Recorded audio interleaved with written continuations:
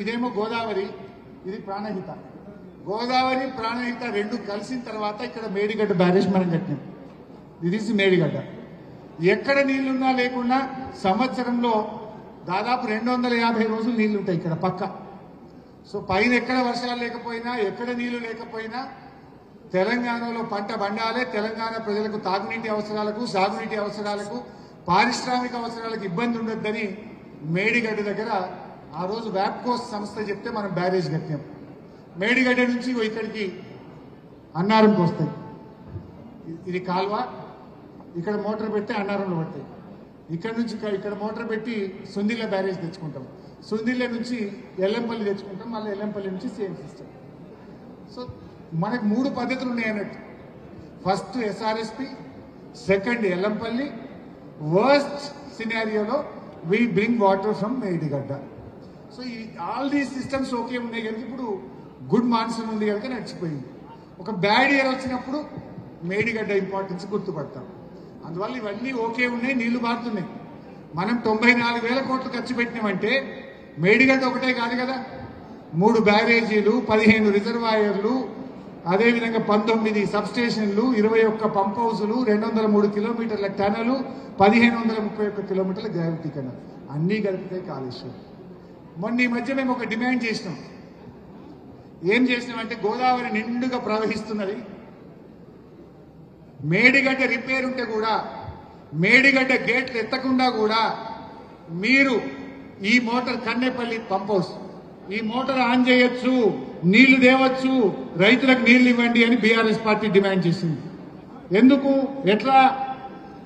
ఈ బ్యారేజ్ గేట్లు పెడితే లెవెల్ మెయింటైన్ అవుతుంది, అప్పుడు మనం ఈ కాలువ ద్వారా నీళ్లు తెచ్చి మోటార్ నడుపుతాం అనేది పద్ధతి.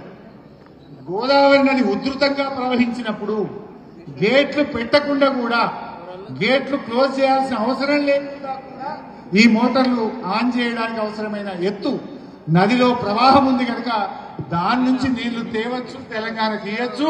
రేవంత్ రెడ్డి నీళ్లు ఇస్తావా, మమ్మల్ని వచ్చి కట్కేయమంటావా అని అడిగినాం. మనం నువ్వు కట్కేసి మోటార్లు ఆన్ చేస్తావా, మమ్మల్ని వచ్చి కట్కేసి నీళ్లు తెచ్చుకోమంటావా అని ఆ రోజు మనం అడగడం జరిగింది. సో అందువల్ల మేడిగడ్డ ఇస్ ఇంటాక్ట్. మనకు మొత్తంగా కాళేశ్వరం ప్రాజెక్టు స్వరూపం ఇది. కాళేశ్వరం అంటే 100 కాంపోనెంట్లలో ఒకటి మేడిగడ్డ. ఆ మేడిగడ్డలో 86 పియర్స్ లో 2 పియర్లు మాత్రమే కుంగినాయి. కానీ చేస్తున్న బదనామేంది? కాళేశ్వరం కూలింది, 1,00,000 కోట్లు పోయినాయి అని ఒక పిచ్చి మాటలు, ఒక అబద్ధం గోబల్స్ ప్రచారం చేస్తా ఉన్నారు. సో దీన్ని కూడా మీరు ఎక్కడికక్కడ తిప్పికొట్టాల్సిన అవసరం ఉంది. నెక్స్ట్ ఇక ముగిద్దాము. నేను ఐ థింక్ 5 minutes లో క్లోజ్ చేస్తా. I think Kaleshwaram is clear. ఇక లాస్ట్ లో నేను క్లోజ్ చేద్దాం అనుకుంటున్నా. ఒక 5 minutes ఇంతసేపు ఓపిక్గా భరించింది నన్ను, ఇంకొక 5 నిమిషాలు భరించండి. తర్వాత లాస్ట్ పాయింట్ నేను చెప్పాలనుకుంటున్నది ఏంటంటే, ఇంత బాగా ఉన్న తెలంగాణ ఎందుకు ఆగమైంది? 10 ఏళ్లు కేసీఆర్ ఉన్నప్పుడు మన రాష్ట్ర వృద్ధి రేటు అంటే మన ఆదాయం ఎవ్రీ ఇయర్ 12% పెరిగింది. రేవంత్ రెడ్డి రాగానే ఎందుకు తగ్గింది?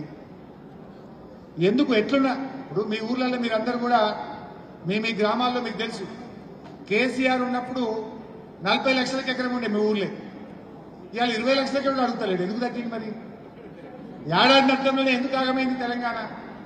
ఎందుకు ధరలు పడిపోయినాయి? అంటే ఈయన అజ్ఞానపు మాటలు, తుగ్లక్ పాలన, అజ్ఞానపు మాటలు. రేవంత్ రెడ్డి మాట్లాడే పిచ్చి మాటలతో, అజ్ఞానపు మాటలతో, తుగ్లక్ నిర్ణయాలతో ఈ రాష్ట్రం చాలా ఇబ్బంది పడతా ఉంది. మన కేసీఆర్ పాలనలేమో చాలా అద్భుతంగా ఉండే. ఈ దేశానికి దిక్సూచిగా నిలిపిండు కేసీఆర్. మన మిషన్ కాకతీయ అని ఒక చెరువులను పునరుద్ధరణ చేసే కార్యక్రమం కేసీఆర్ చేసిండు.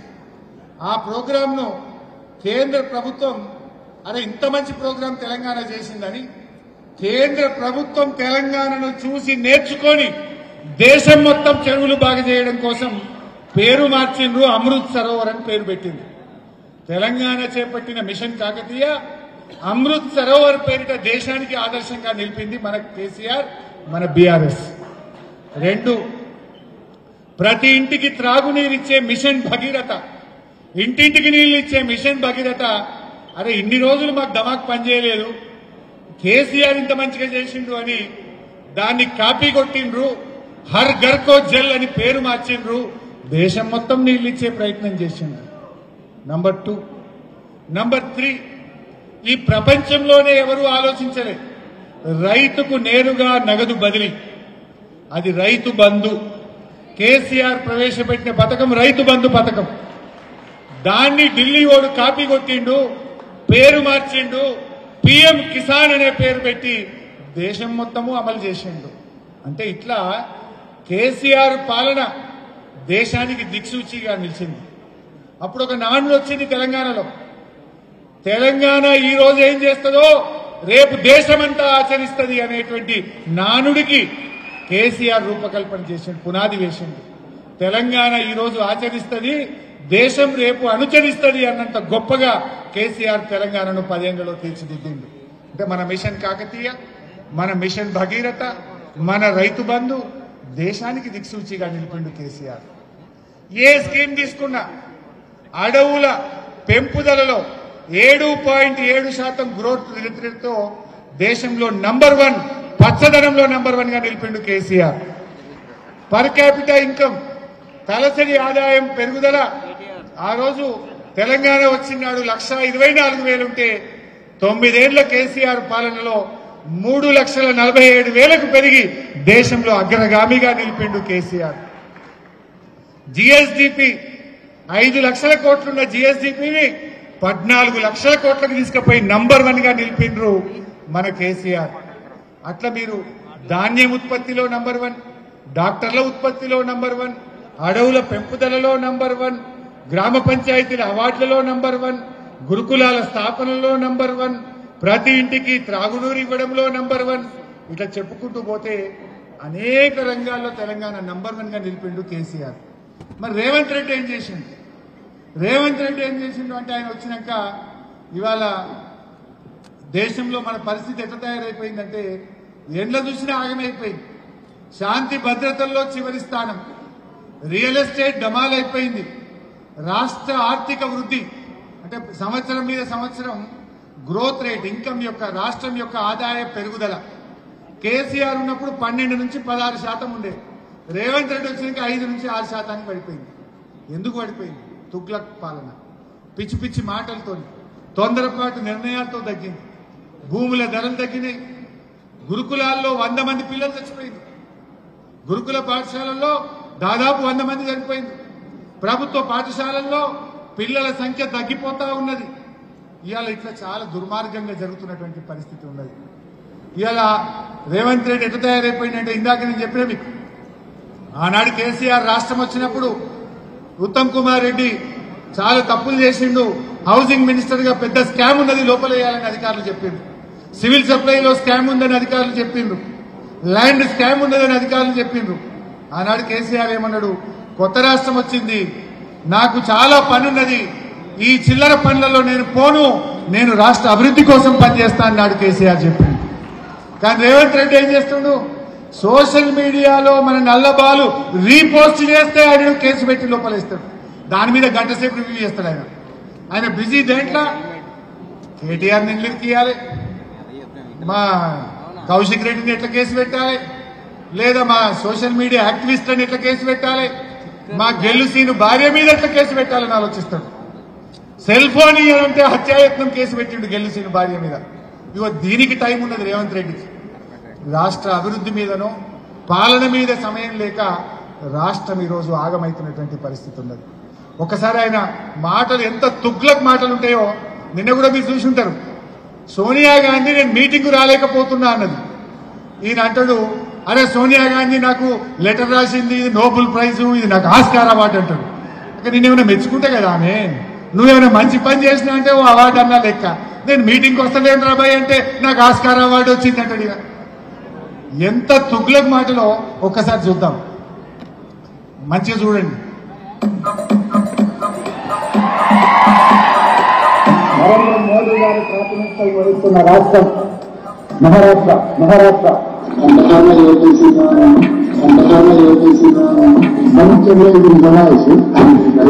లొకేషన్ ప్రకాశం జిల్లా గోదావరి వేసింది కదా గోదావరి వేసింది కదా నల్గొండ ఏరియా కాన్సెప్ట్ ఏమడిగింది ఇందాక దేవాదిలో ఏ బేసిన్లు ఉంది అంటాడు. ఎవడన్నా స్కూల్కి పోయే పొరగానే అడిగితే తెలంగాణలో చెప్తాడు గోదావరిలో. యాడుంటది దేవాదుల ప్రాజెక్టు? వరంగల్ జిల్లాలో ఉంటుంది. వరంగల్ జిల్లా ఏ బేసిన్లు ఉంటుంది? గోదావరిలో ఉంటుంది. ఈయన రాష్ట్రానికి ముఖ్యమంత్రి 20 నెలలు అయింది. రివ్యూ మీటింగ్ లో ఆఫీసర్ని అడుగుతాడు గోదావరి ఏ బేసిన్లు ఉంటుంది, బంకచర్ల యాడు ఉన్నది అంటే ఈయనకి ఏ పార్టీ చిత్తశుద్ధి ఉన్నది అంటే బాసాన్ల గురించి తెలుసు తప్ప బేసిన్ల గురించి తెలియదు రేవంత్ రెడ్డి. బేసిక్స్ తెలియదు రేవంత్ రెడ్డికి, బేసిక్స్ కూడా తెలియదు. ఏ బేసిన్ లో తెలియనోడు మన రాష్ట్రానికి ముఖ్యమంత్రి అంటే ఇది మనం తలదించుకోవాల్సిన పరిస్థితి. గిసొంటి ఆయన ముఖ్యమంత్రి అయిందా అని.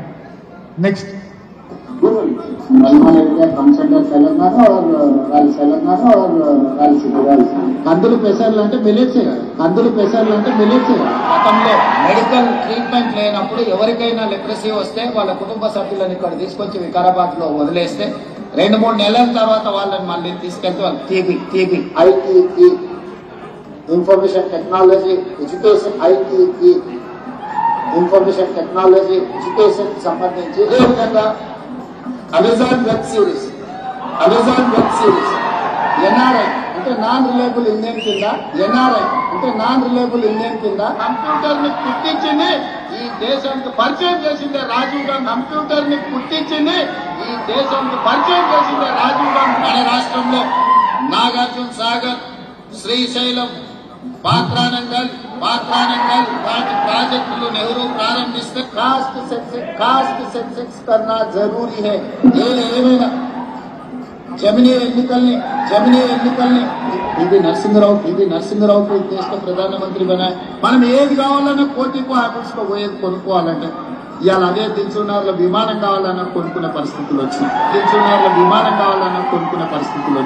మన నగరానికి మన రాష్ట్రానికి 3 వైపుల సముద్రం ఉన్నది.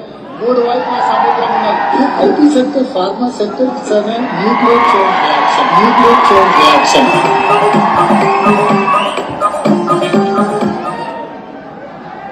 ఎవరైనా పిల్లలు అది విని తెలంగాణకు 3 దిక్కుల సముద్రం ఉందంటే ఏమైపోవాలి పిల్లలు?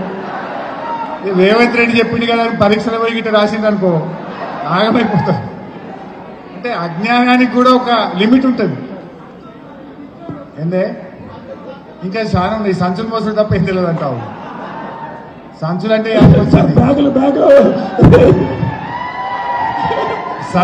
యాదికి వచ్చింది. ఇందులో చాలా మంది మీద కేసులు ఉన్నాయా? ఇప్పుడు మా సుమన్ మీద, స్వామి మీద, ఎర్రోళ్ళ మీద, కిషోర్ మీద, నా మీద, ఈ వాసు మీద, అందరి మీద కేసులు ఉన్నాయా? మీ మీద కూడా ఉంటాయి చాలా మంది మీద. ఏం కేసులున్నాయి మన మీద? ఉద్యమ కేసులున్నాయి మన మీద. మరి రేవంత్ రెడ్డి మీద కేసు ఉన్నది. ఏం కేసు ఉన్నది? సూట్ కేసుల కేసు ఉన్నది. మరి ఆయనకు మనకు తేడా ఉండదా? ఇక ఉద్యమ కేసులేమో మన మీదనే, సూట్ కేసుల కేసులేమో రేవంత్ రెడ్డి మీదనే. ఇక అందువల్ల ఆయన గట్ట మాట్లాడకపోతే ఎట్లా మాట్లాడతాడు? ఇక సరే ఇవాళ రాష్ట్రం పరువు ఏమైతుంది ఇట్లా మాట్లాడుతుంది? ఇప్పుడు మన కేటీఆర్ ఉన్నాడు.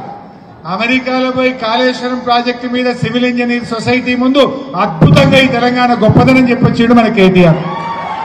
మన కేసీఆర్ నీతి ఆయోగ్ మీటింగ్ లో పోయి ఢిల్లీలో మాట్లాడితే మిగతా రాష్ట్రాల ముఖ్యమంత్రులు ముక్కు మీద వేలేసుకొని పిన్ డ్రాప్ సైలెన్స్ తో కేసీఆర్ మాటలు విన్నారు ఢిల్లీలో మిగతా రాష్ట్రాల ముఖ్యమంత్రులు. రేవంత్ రెడ్డి మాటలు వింటే ఏమైతుంది? అరే అమ్మ గిసొంటోడా తెలంగాణ ముఖ్యమంత్రి అంటే మరిచేది పోదా? అరే మిల్లెట్లు అంటే ఏందో తెలియదు. కందుల్ని పట్టుకొని పెసర్లను పట్టుకొని మిల్లెట్లు అంటాడు. అది ఏడ చెప్పిందంటే వ్యవసాయ యూనివర్సిటీకి పోయి వ్యవసాయ విశ్వవిద్యాలయ స్టూడెంట్స్ కి చెప్తుండు పాఠం. మిల్లెట్లు అంటే తెలియని ముఖ్యమంత్రిని ఈ రాష్ట్రానికి మనం పెట్టుకోవడం నిజంగా అది ఏ జన్మల మనం చేసినామో కానీ పాపమో ఏందో కానీ అటువంటి మనిషి మనకు దొరికింది. బట్ ఏది ఏమైనా మిత్రులారా, ఈ దుర్మార్గం ఈ కాంగ్రెస్ పాలనను అంతమొందించాలి. తెలంగాణకు మనం పూర్వ వైభవం తేవాలంటే మళ్ళీ మీతోనే ఆ ఉద్యమం ప్రారంభం కావాలి. అది విద్యార్థులతోనే ప్రారంభం కావాలి. ఇది ఎప్పుడైనా ప్రజలు ఎట్లుంటారంటే వాళ్ళకి అర్థం కావాలి. ప్రజలకు అర్థం కాకపోతే నిశ్శబ్దంగా ఉంటాం. తెలంగాణ ప్రజలకు ఒక్కసారి తెలంగాణకు నష్టమైతుంది, ద్రోహం చేస్తున్నది ప్రభుత్వం అంటే ప్రజలు తిరగబడతారు. తన్ని కాంగ్రెస్ పార్టీని కూకటి వేలతో